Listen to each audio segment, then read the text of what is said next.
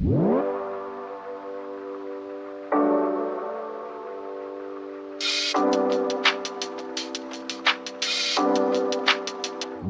afternoon, good morning, good evening, everybody. It is Saturday, July 11th, and you know what that means. It's time for the High Risk Wrestling Podcast. I am your host, the only good guy left, Jeremy Pierce. Welcome one and all. Check out the socials, Charismatic Creations on Facebook and YouTube, Charismatic_Creations52 on Instagram, and of course, the 215 on Twitter. And today's show, we're going to talk about when fans turn. We're going to look at some moments where fans are just not accepting what the promoter is offering, and where they force the promoter to change, to adapt.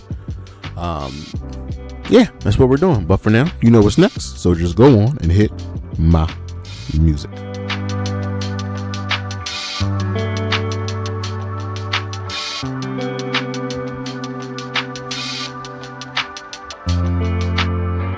This list is very, very simple. And who should win the Money in the Bank? The men's Money in the Bank briefcase at number 5, Bron Breakker. It seems like his momentum has just been halted. I mean, coming out of WrestleMania and things with the division, looked like he was on his way up, and then he gets hurt, and now he's back, and he loses to Seth, and now he's back in the division, tag team champion again. I don't know what's going on, but the future had seemed very, very bright for him. Number 4, Carmelo Hayes. When Hayes was in NXT, he was the guy. He was part of the triumphant of, him and Braun and, Gunther as the main event guys. But since coming to the main roster, he has played second fiddle to damn near everyone. And him winning Money in the Bank would definitely be a huge step up for him. It shows the kind of faith they have in him. Number 3, Jey Uso. Y'all don't like this, but storyline wise, it makes a lot of sense for Jey Uso to win Money in the Bank. There is beef, there is history he has with the current champions. He is back in the bloodline with his cousin Roman Reigns, who's the current World Heavyweight Champion, and then there's Cody Rhodes, who's the current WWE Champion. We know where that goes. Also back to Roman Reigns. It would really do the story well for Jey Uso to hold that briefcase, because it'd be interesting who he would cash in on. Number 2, LA Knight. This man needs all of the help, all of the momentum that he can get, and it be fitting because fans want to see him as champion. Fans want to see him in the main event, and we know if he wins the briefcase, who exactly he would cash on if Roman Reigns retains here. Number 1, Sami Zayn. The man has been getting the shaft recently, and even though there's thought that he may win the Royal Rumble with Saudi Arabia hosting WrestleMania, him winning the Money in the Bank briefcase again, just like Jey Uso, there's history on who he would cash in on: Roman Reigns or CM Punk. I think it would be a really big boost for Sami's career for him to hold that briefcase. We'll be right back.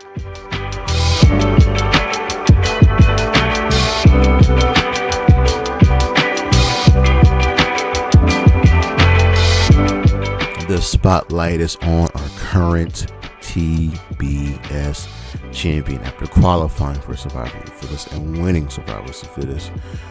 Hikaru Shida is doing some really good, some really solid heel work, and she's putting the championship on the line tonight against Harley Cameron. Harley is a good challenge, and Shida is going to do so much more. She's having a really, really entertaining run, and it's really been fun to see one of the top baby faces in all of AEW from the very get-go now play on the side of, the bad.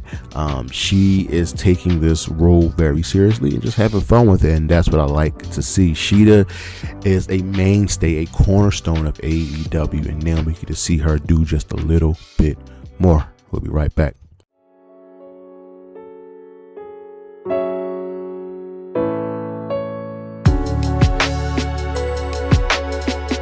All right, folks, I won't be before you very long. Just give me 15 good preacher minutes, So today's show, when fans turn.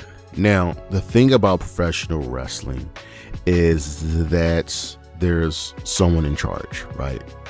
There's the head booker who makes the storylines, who crafts the story, who plots everything.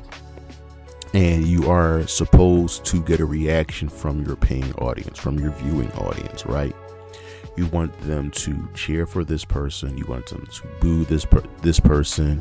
And that's just how things go. That's the way it works in professional wrestling. But there are times, and there have been a few, where the fans, for some reason or another, doesn't accept what the company gives them, right? The fans are like, I don't like this. I don't want this. I don't need this. Or why would you do this? This is wrong. This is stupid. And there are many ways you protest. Number one is obviously buy your wallet. Number two is not watching the show. But in the age of social media and being in attendance, you have your other way of protesting, and that is revolting, rebelling against the product, against the wrestler. And that's what today's show is. We're going to look at some of these moments in time when the fans just didn't accept what the company was giving us, right? So it's interesting because you don't really want the fans to be upset, but they sign your checks, right?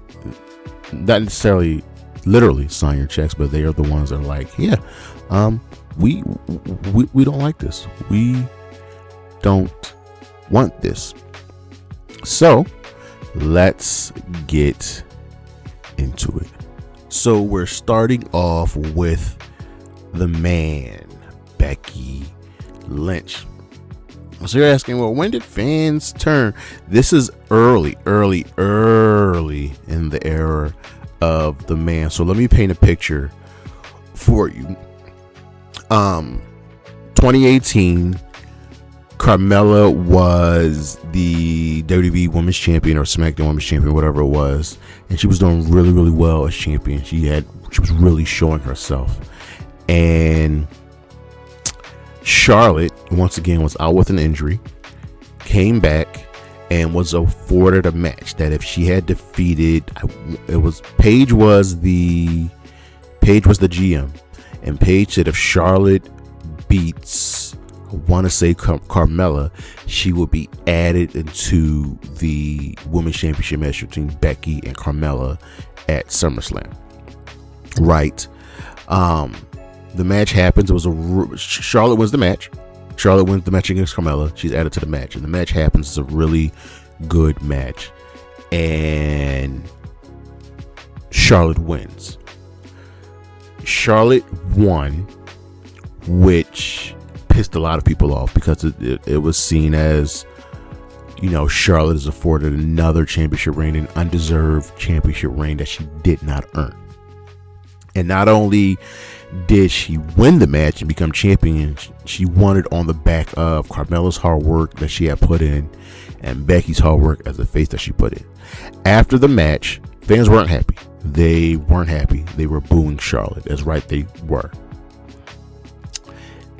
Becky attacked Charlotte after the match, and fans cheered. Fans were happy. Why? Because, well, once again, like I said, Charlotte got another championship match. She got another championship run that she did not earn, that she did not deserve. And Becky was getting over. Carmella was getting over. And you sacrificed all of that for Charlotte. So then, the WWE and their idiotic selves thought that Becky would be the heel here. They had Becky for a few weeks come out and trash the fans with cutting promos. And the fans were still cheering her over Charlotte. The fans were cheering Becky, who was supposed to be the heel, and booing Charlotte. And there was nothing the WWE could do. They tried. And then they did the laziest thing, was to have her knock the fans. Nothing. Just nothing. And then we fast forward to the lead up to Survivor Series.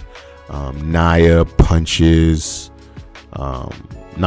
Becky. The man is born, and she is super over, which leads her to main eventing WrestleMania the following year. And again, Charlotte was added to the match when she should not have been in the match. For everything that they were doing with Ronda and Becky, who were the two most over women in the company at the time, and that was the match we wanted to see, we never, in either of Ronda's runs, got her versus Becky in a one-on-one match. That never happened. All because the WWE thought they knew better, and they obviously, very obviously, didn't. Let's take you back to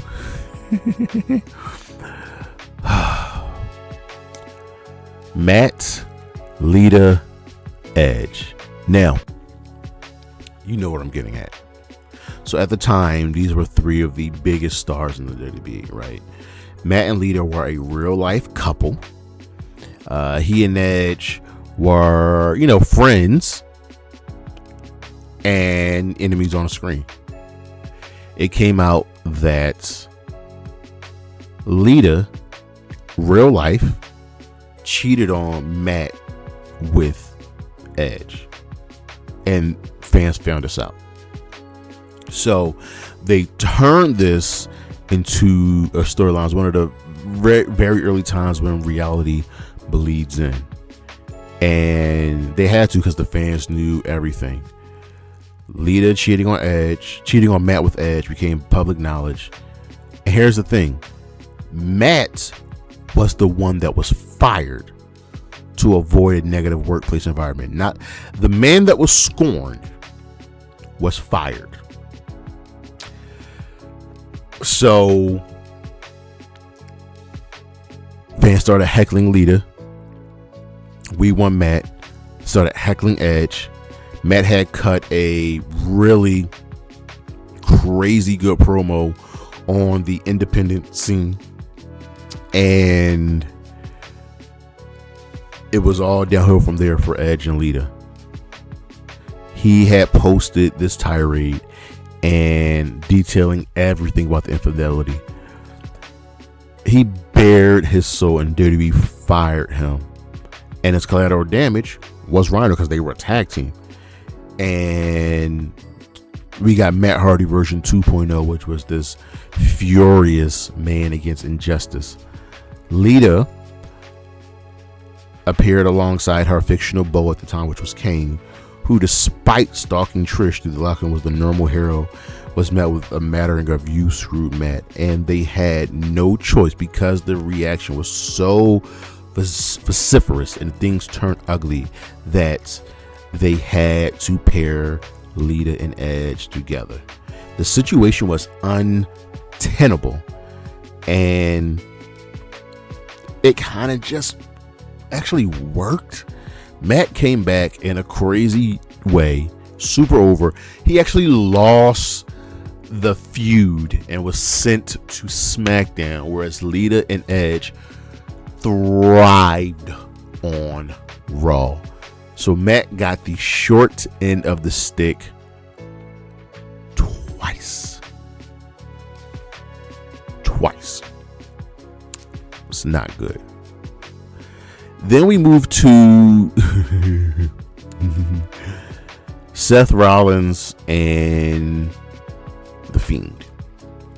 So here's the thing, ladies and gentlemen. Seth was over as a face, and Bray was doing great work as The Fiend, and they were going into a feud that's leading to a Hell in a Cell match. This was the one where we're doing the red lighting, and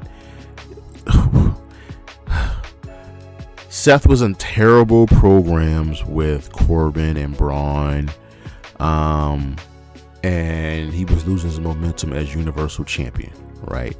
It was not working out for him. So what do? We pair Seth up with the Fiend. Now Bray Wyatt's Fiend persona was getting over huge, man, and the audience wanted more and more, and more importantly, they wanted him to dethrone Seth. Seth was not it, and Seth on social media was showing his frustrations, and it continued with Bray winning the title due to the crowd reaction. But here was the thing. Y'all remember that match.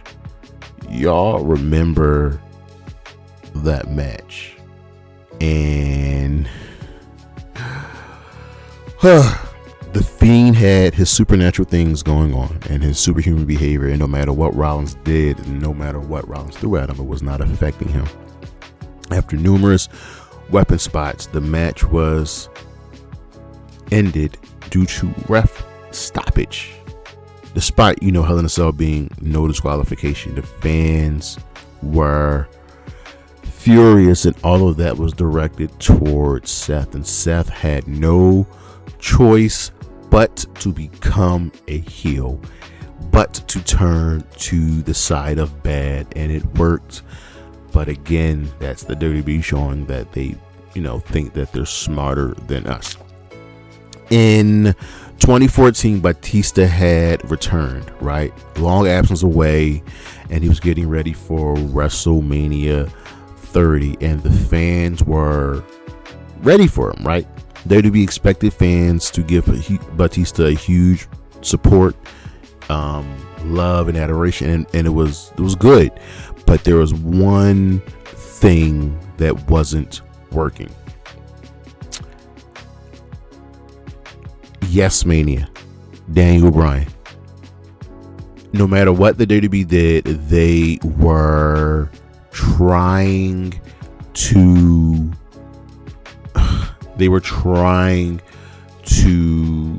not elevate Bryan Danielson. Sorry, at the time, Daniel Bryan. And this goes twofold with someone else. Who would you say is the most beloved, most over wrestler in all of the WWE's history? That would be Rey Mysterio. And these two things are one and the same. The WWE wanted Batista to beat Randy Orton for the title at WrestleMania in 2015. And while this is going on again, we've got Daniel Bryan. So we get to the Royal Rumble of 2015. And we go through the entrance. And if I remember correctly,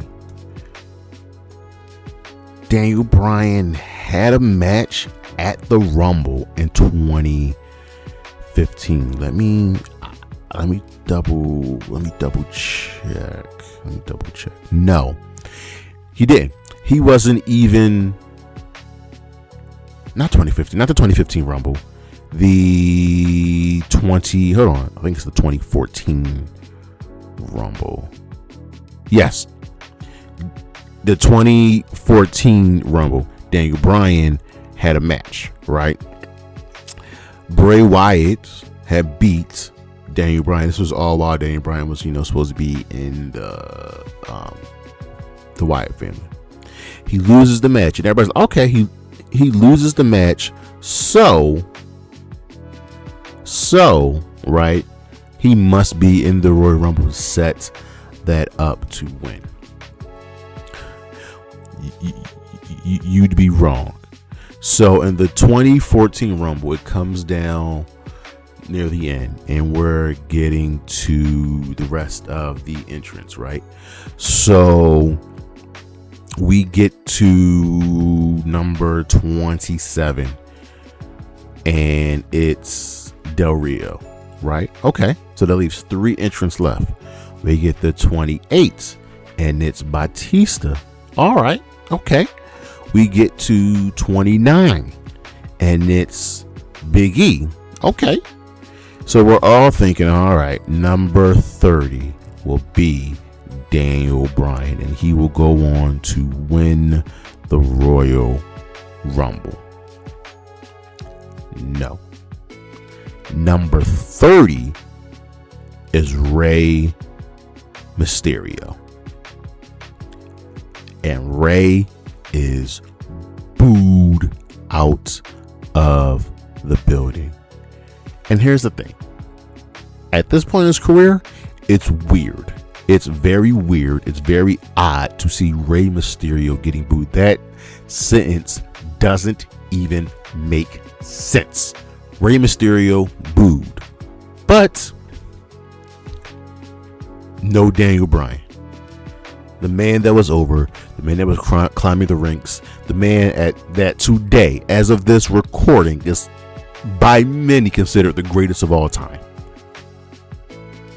Nothing. And fans turned on Rey. Then, even though we all wanted Batista back, fans turned on Batista.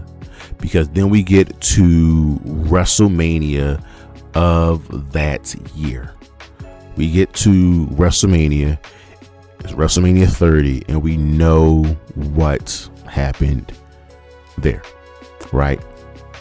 We have the opening contest of Daniel Bryan defeating Triple H. That if he wins that, he's added to the World Heavyweight Championship match. At the time, we still only had one world champion. It was the WWE World Heavyweight Champion. We still were doing the unification. And he goes on in the main event to defeat Batista and Randy Orton to become champion. This inevitably leads to Batista rejoining Evolution. They reform, so on and so forth. But therein lies the rub. All you had to do was do it right. That's it. Give the people what they want. Then we have the curious case of Jey Uso. And look, the IWC, the Internet Wrestling Community, does not mirror, does not match what you get in the arena.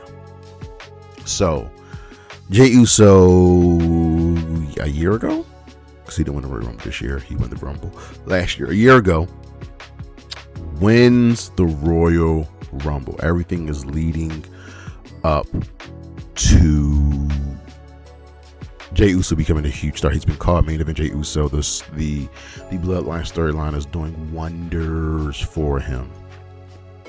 And he wins the Royal Rumble. Shockingly, wins the Royal Rumble. And not only does he win the Royal Rumble, he lastly eliminates John Cena. Okay. So Jey Uso, okay, we're doing this. We're really doing this. And not only does he win the Royal Rumble, he goes on to WrestleMania to defeat Gunther and become world champion. And Jey Uso is super fucking over. Everything has led to this. The Bloodline storyline has worked out. He then gets into the bind that happens to almost every single face. The fans get tired of him and the fans turn. But see, here's the thing. It's not in the arena. It's definitely not the fans in the arena because they want him to run it back. Yes, his promos have gotten a little long-winded, but if you pay attention, if you pay attention, when he's on, he is on, and there's no one as good as him. The matches are ho-hum, but it's the character work. So, like, what changed? What happened? Jey Uso's now been turned to a one-note character, which isn't true. It's not. Jey Uso might have the best character development, the best character story, maybe in the last decade of the WWE. Right. And I'm happy for Jey. We complain all the time about the WWE not making new stars. So they made a new star. We see a guy started out as a tag team wrestler and worked his way up. He's a Triple Crown champion, right? And now it's like if he ever becomes world champion again, it won't be shocking because, well, Jey Uso is a now former world champion. You've already set the precedent for him to win the world championship. But that's not what you see online. Again, online isn't the real world. He's now being called the Yeet Man, and fans are getting tired of him, but that's not what happens in the arena. So this is just a lesson in you don't let what's going on online dictate what you see in the arena, because the story isn't true. And we'll end with this last one, because this person should be up here twice, but I'm gonna go with one time. Cody Rhodes. How apropos. Cody Rhodes in AEW was one of the guys, helped create the company, helped start the company. And he was in the beginning and even the middle very much fantastic. But he did something incredibly stupid. He booked himself into a corner. What do you mean he booked himself into a corner? Well, he came up with a stipulation that if he were to lose this specific match, I don't remember who he was. Let me see. Remember who he was feuding with. He was feuding with, want to say, I think it was Chris Jericho. I think it was Chris Jericho. That if he loses this match, he cannot challenge for the world championship. Yeah, it was Chris Jericho because he's feuding with the Inner Circle. So the match takes place at Full Gear, and it's for the AEW World Championship. And MJF threw in the towel for Chris Jericho. MJF turns on Cody. Thereby, Cody cannot challenge for the championship anymore. This was one of the top guys in AEW. Fans wanted to see him become champion. Now, we have that same stipulation going on with Hangman Adam Page, but Tony kind of stated this is not set in stone. This is not written into a contract. This is a handshake agreement that Hangman Page made. If he wants to challenge for a title, for the world title, he can do so. But Cody is a man of his word, and he lives the gimmick. So, as many times as we wanted to see Cody fight for the world title, he could not. So he inevitably ends up just in the TNT division and the TNT champion, and is defending the belt and wins it and loses it and has these feuds, and that's all great. But what we wanted was for you to be world champion. If this stupid ass stipulation doesn't go forth, he's probably world champion before Kenny Omega. And I get it. Early in the career of AEW, they were using the elite to help put people over, so much to the point that people thought it started to become a detriment to the company. So, what did we learn here? What did Cody learn? Nothing, because his run ended unceremoniously and went back to the WWE, where fans wanted to see him win the WWE Championship, and he won the WWE Championship. Now we're kind of getting tired of him winning the WWE Championship because there's no one else. You got to keep the main event scene fresh. But these are your moments, ladies and gentlemen. These are times when fans turned on the wrestlers, and a lot of times they were warranted. I can tell you exactly which ones were warranted for sure. Becky Lynch, Batista, Cody. Definitely warranted. The Matt Lita thing is really, really hard because Matt did nothing wrong. But this is what happens. This is what happens. But that is our show, ladies and gentlemen. Thank you for listening. Thank you for watching. Look on the screen what we got coming up. And you can check out the socials. Charismatic Creations on Facebook and YouTube. Charismatic_Creations52 on Instagram. And of course, the 215 on Twitter. And as always, Anna J, Willa Nightingale, Chris Statlander, Hazuki, Isla Dawn, Priscilla Kelly, and Bailey. Holla at you, boy.